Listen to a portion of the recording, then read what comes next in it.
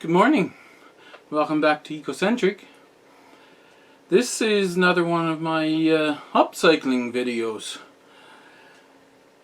Sources that I consider reliable say that over half of our stuff that we put in the recycling doesn't get recycled. So it behooves us to, when something comes in our house, before throwing it out or even putting it in a recycling bin, to decide, is there a way we can use it? And there was something I was trying to figure out how to make that would last. Aluminum cans is one of those things that ends up coming into your house once in a while. Even those of us who don't drink very much pop or beer or whatever, we end up with the occasional aluminum can, and you can find them discarded along the road. This will be a resource for what I'm about to show you today. I watched a video about a week ago now, but it was 8 years old, and I don't know if there's any other videos, similar videos out. I thought I'd make a refresh video and putting my spin on it. So what we're going to start with is your regular pop can. You'll need a pair of scissors, a knife of some sort, like an X-Acto knife, and what I'll do, I'll start at the bottom.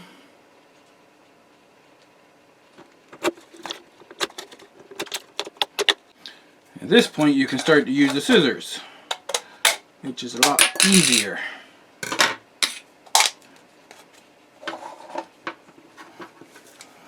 Now I have the bottom off. I'm going to cut down lengthwise to where it starts to turn in on the top.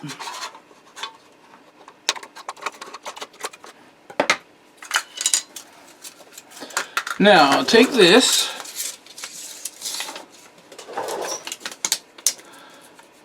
and I'll roll it down with the inside up, roll it over the edge of the desk like so. Now I've got it laying fairly flat. There's little pieces along the edge here that could give you a metal sliver, so I'm going to trim off that bit.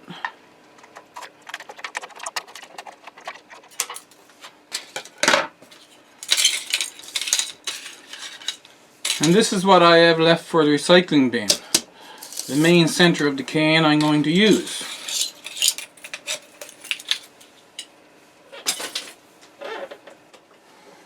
Now, if you had a printer, which I have two printers and neither one of them are working, you might be able to print this off. I think it was a couple years ago now, I downloaded some pictures. And these are spice labels. Got my piece of tracing paper. I got a piece of tape there to make it easier to hold on.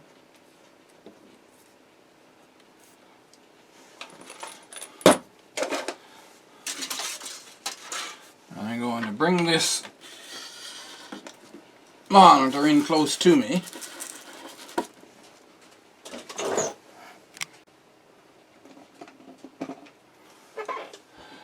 I'm going to take a fine tip permanent marker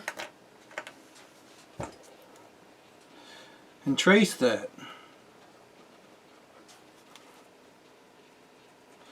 Now if you are an artsy type person and you could draw well, you don't have to do this. You could just draw your own picture.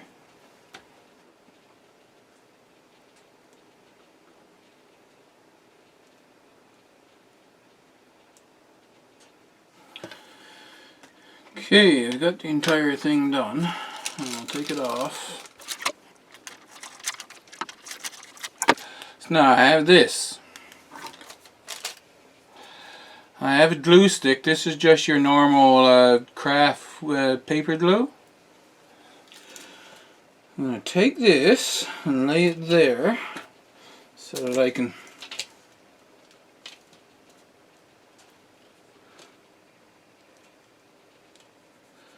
trace where the paper is going to go.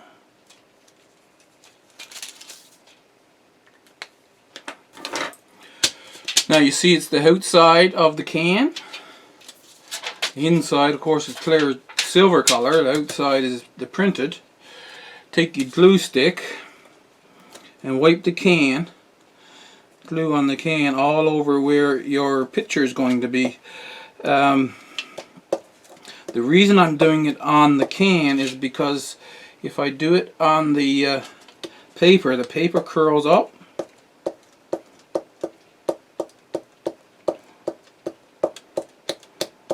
So I'll do it over the entire area here.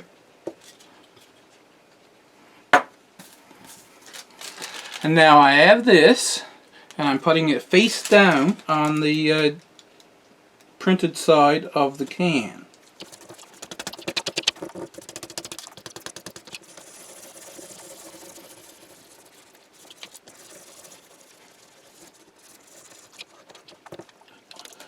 You got a piece there that's not sticking down, and that's going to be causing problems if I don't get it stuck well.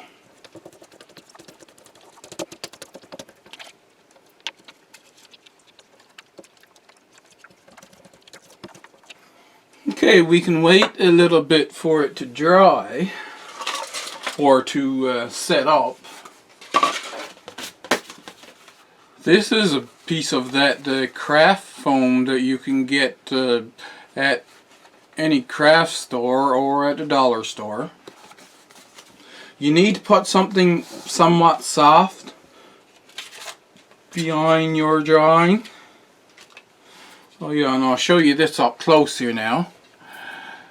I don't know how well you can see it, but as you can see, it is the picture I drew, but it's backwards. Now, what I'm going to do, just take a regular pen. It would be nice if this pen didn't have any ink in it, but that's okay. It hasn't really caused the problem that it is inked.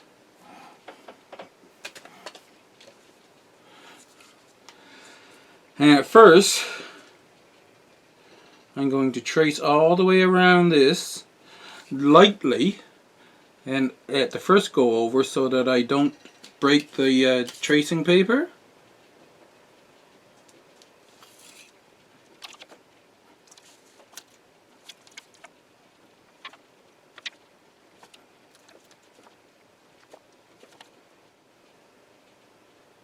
Trace over every line. When you get to the letters, just ignore that you're drawing letters because you're doing this in reverse. So if you think, hey, I'm trying to make letters here, it could mess you up.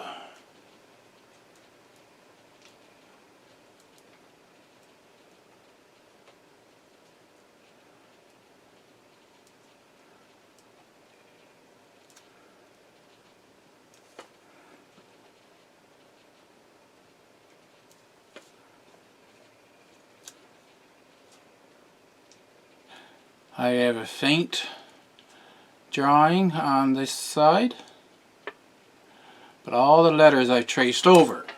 This is why you do it lightly at first. If you tear up the paper, then you might have destroyed your picture, and then when you look on this side you realize you've missed something and you can't go back and do it. So now that I've got all the lines lightly done, I can go over them again, pressing harder.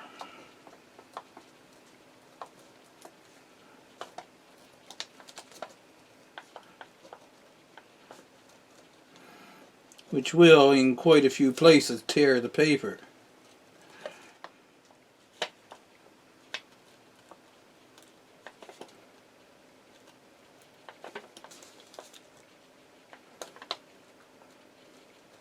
It's much easier this second time because there is an indent now in the tin.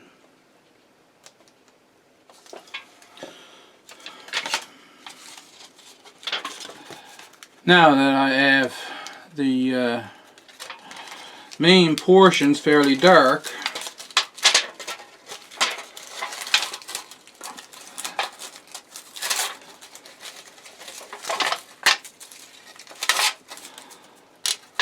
I can remove the paper and I can see when I put the light on it the right way. I can see all the lines on the back. So for the third time, now with the paper off, I'm just going to let those indentations guide the pen.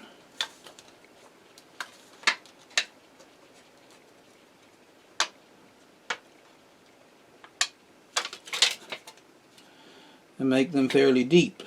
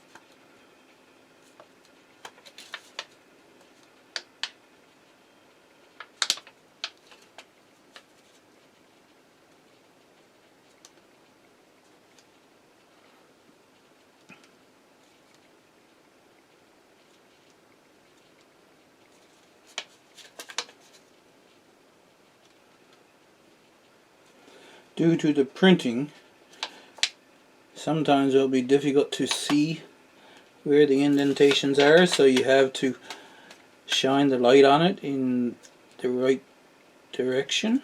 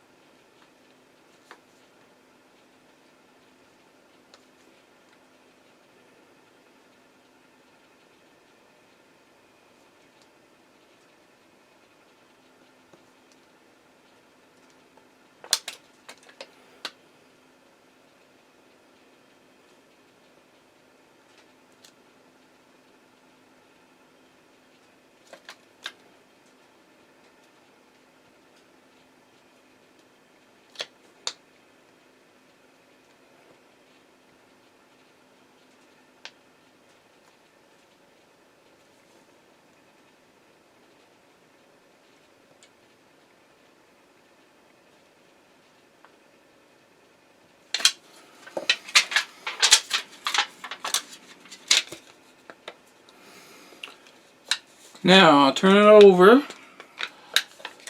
because what I'm going to do here is on either side of the line that I pressed through from the other side, I'm going to press down the tin.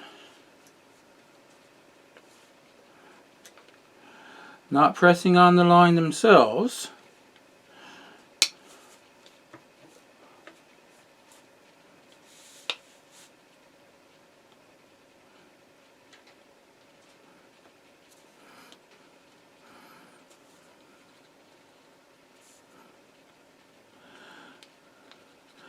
but outside of any of the parts that was a line on the drawing, I'm just lightly pressing down the tin here.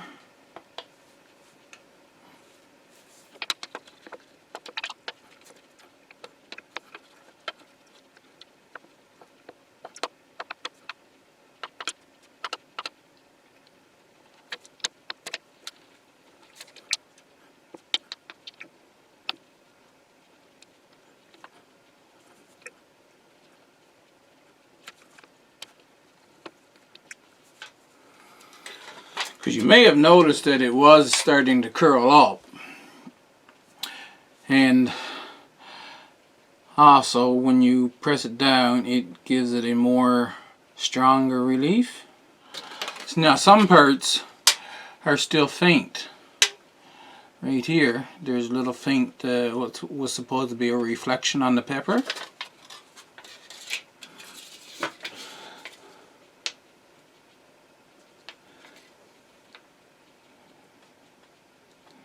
So I turn it back over and get the light on it just the right way so that I can increase the relief there.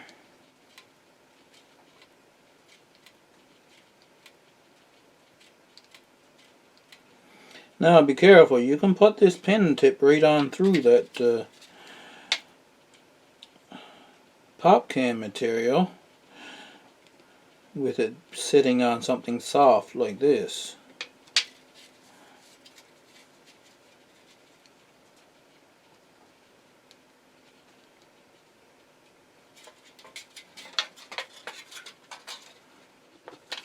So you'll do this as many times as you need to get it just to your preference.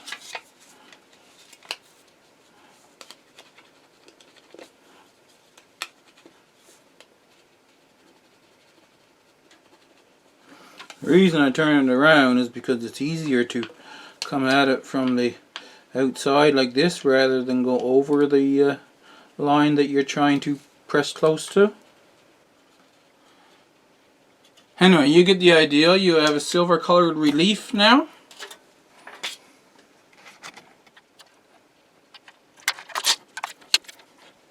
Now what we're going to do is take a fairly stiff straight edge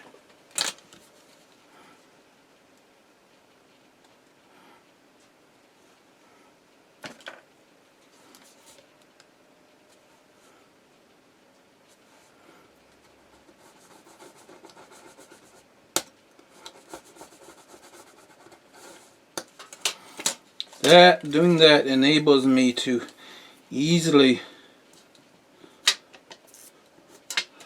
fold that over in a straight line.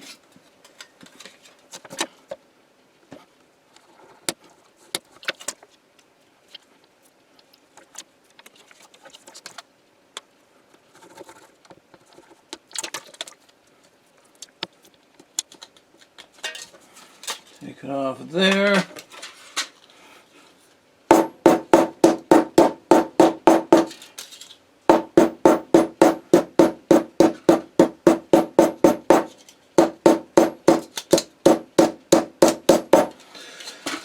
Alas, I couldn't do this top side because I put the design too close to the edge. But I have it folded along three sides. And this does two things. It's not as sharp as just this plain edge here. And also, it's stiffer. So this is nice and stiff now. You could just have one little post and have it stapled to the post or something. It will hold its shape. This will make a good garden sign or sign in your pot with your pepper. It won't fade. It can't wash away. It won't rot because it's tin. It won't degrade because it's not plastic. Wood will also degrade if you had it out in the sun. So that's a little sign for the pepper. If I were to take this and I just wanted a label for putting in with the seed starters, I'm just going to write on here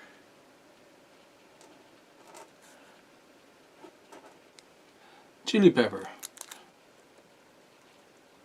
Remember the fold over part.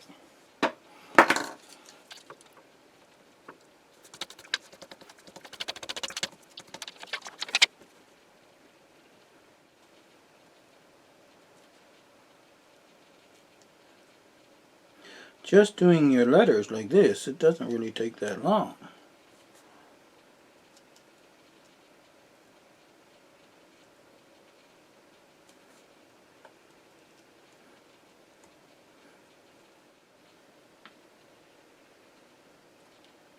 See, the simpler the design, the easier it will be, of course.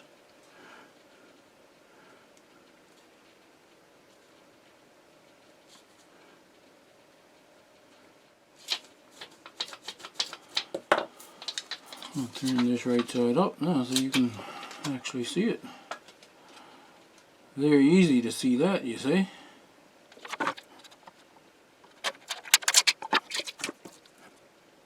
Now doing this, I can go fairly close to the letters.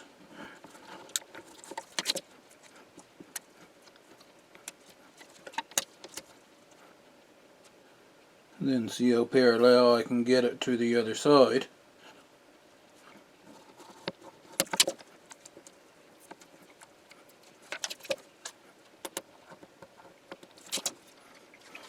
For this one, I'm going to turn it a little bit with the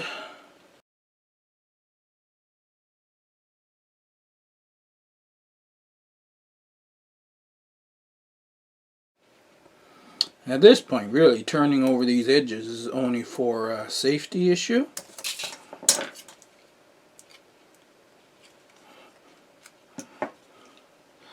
Like I said, because it's narrow across that way, I find I have to have some little bit of help with from the pliers there.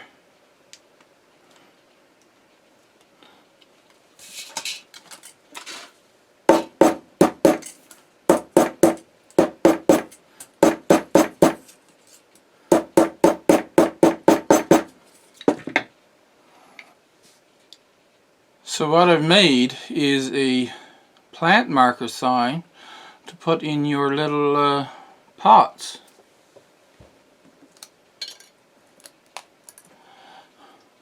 So something like this, a seed starter cup.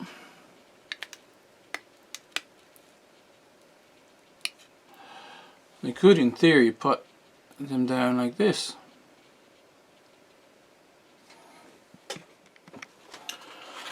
What if, though, I wanted to put it in here? It is fairly large, but I just add chili pepper on this. I made one with dark purple opal basil on it. And you can see it's way too big. Because I had those, I have 5 words I had to put on this sign. And you can only make them so small doing this fashion due to the size of the lines. So there's another idea.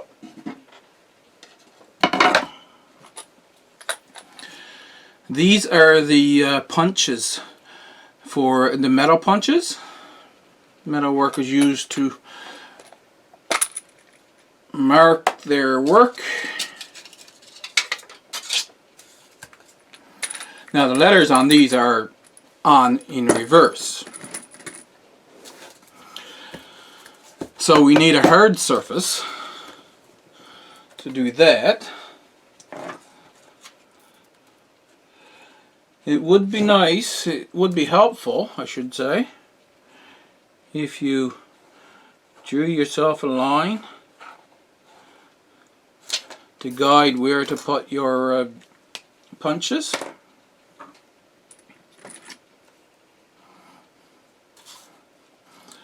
Make sure you got them right side up.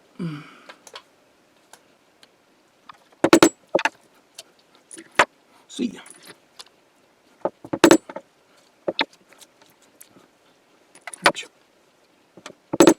On.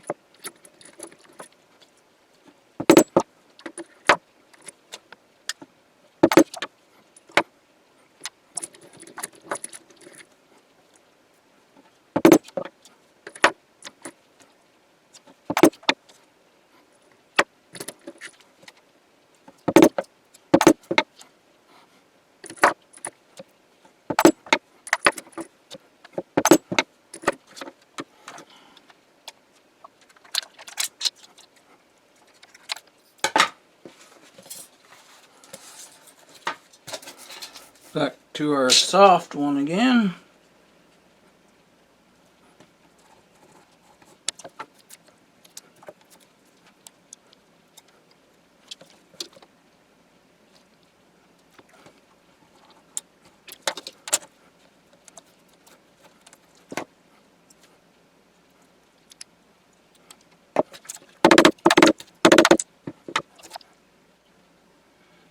Chili pepper.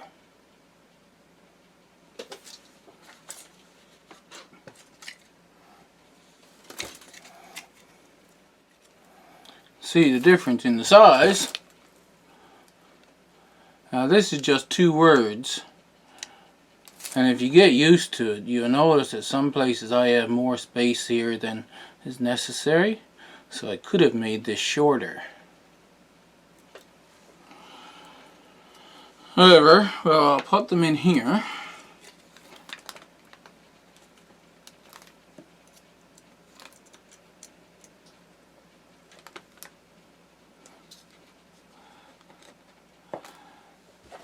And you'll see the size difference better.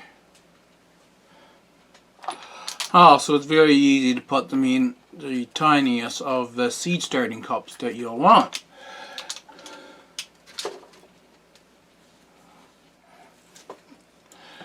So the advantage we got here now is you don't have to worry if you're top watering it or misting it or whatever. You don't have to worry about these getting wet. And at this size, see, you take your seed envelope when you're done growing your seed, and if you have extra seed, or if it's something that you're growing year after year, you save the envelope, put the label in with your seeds. That way it doesn't get lost.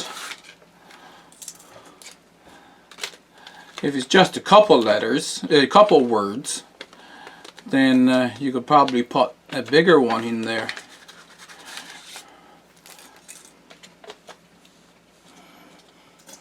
But when you get a lot of words like this one, of course, it doesn't fit, right?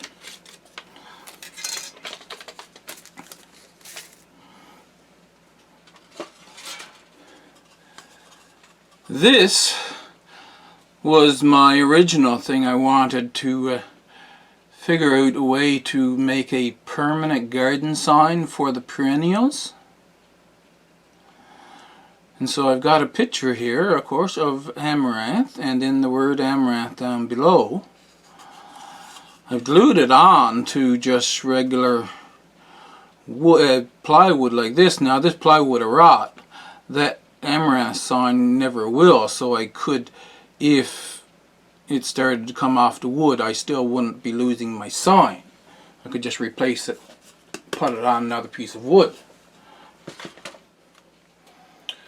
This is a little one for Carrot Denver's Aflong. I made the sign, and then I made a little stake out of the aluminum as well, folding it over double so that it's fairly stiff. I can take this and just stick it down in the garden bed like that.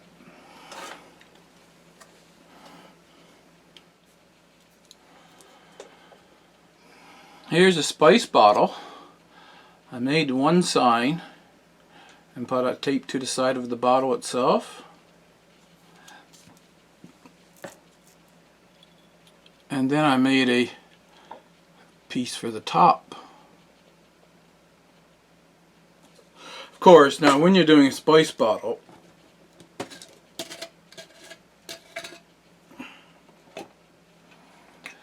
these lids, they have this rubber ring here, which is what gives it its airtight seal. So I just have the piece of tin cut to the size of the lid, and I've got my design put on that and just put in there. I still keep the actual lid, this canning lid, on there so that I can have an airtight seal.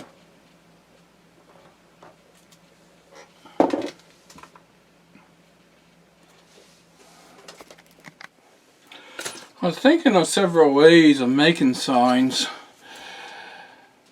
This is one I done last year and I didn't use it. If I put this outside, if it lasts a full season, that's all it would. Because the wood would soak up water, you see, and push this paint off. And the sun would fade it, etc., etc. I have this sign made that fits nicely onto this side of the initial sign that I made out of wood. So if I wanted something big, I'll take my regular stapler, open it up,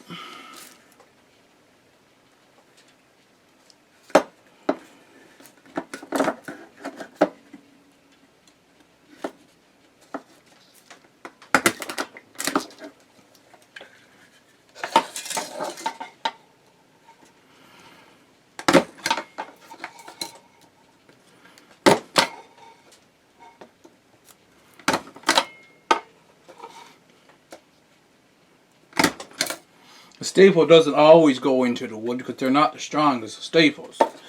But as you can see now, I have it stapled on.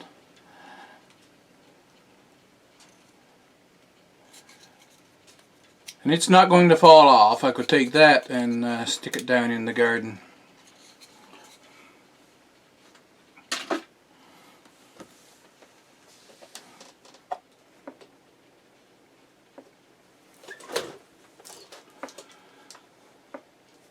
So there, I hope that gave you another idea in the use what you've got category. Hope you enjoyed it, and hope you hit that like button for me if you want to follow along in the endeavors of a boy with little money in gardening in Newfoundland. Hit the subscribe button, and I'll see you in the next video.